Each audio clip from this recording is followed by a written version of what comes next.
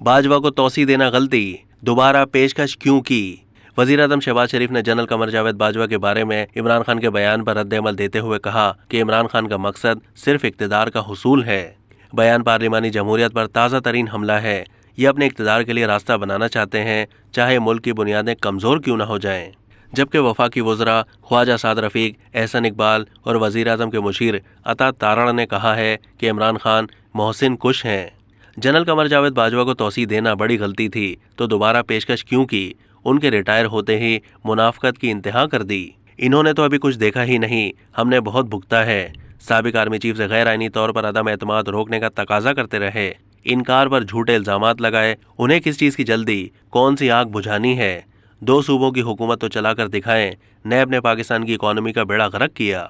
वफाकी वजीर रेलवे ख्वाजा साद रफ़ीक ने मजीद कहा कि नैब के काले कानून को ख़त्म होना चाहिए। मुल्क में एक ही आदमी है जो रोज़ कहता है कि मुझसे गलती हुई। नैब का कानून मुशर्रफ ने बनाया, जिसको इमरान खान ने इस्तेमाल किया। इस हवाले से कानून साजी करके एक नया इदारा बनाना चाहिए था। हम इलेक्शन से भागने वाले नहीं, इलेक्शन लड़ेंगे। एहसन इकबाल ने कहा कि इमरान खान आजकल इंटरव्यूज़ के जरिए उनसे एस्टेब्लिशमेंट के धोखे का नाटक खेल रहे हैं। ये हकीकत सबको मालूम है कि सन 2018 में RTS सिस्टम बिठाकर इस्टेब्लिशमेंट एक्सपोज होकर उन्हें बरसर इक़्तिदार में लाई। इस पादाश में वो उन्हें कामयाब करवाने के लिए उनके हर तरह के नखरे उठाती रही। फौज इमरान खान की नालायकियों को कवर करती रही। इनको मुखालफिन और मीडिया का गला घोटने की खुली इजाज़त मिली।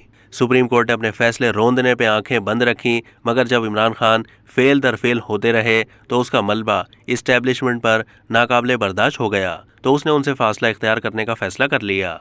दूसरी जानिब वज़ीर आज़म के मुआविन खुसूसी अता तारण ने कहा है कि जनरल बाजवा के रिटायर होते ही तहरीक इंसाफ वालों ने झूठ और मुनाफकत की इंतहा कर दी है। अता तारण ने कहा कि इमरान खान जनरल बाजवा से गैर आईनी तौर पर तहरीक अदम एतमाद को रोकने का तकाजा करते रहे। जब इनकार हुआ तो झूठे इल्ज़ामात पर उतर आए। जनरल बाजवा के रिटायर होते ही तहरीक इंसाफ वालों ने झूठ और मुनाफकत की इंतहा कर दी है।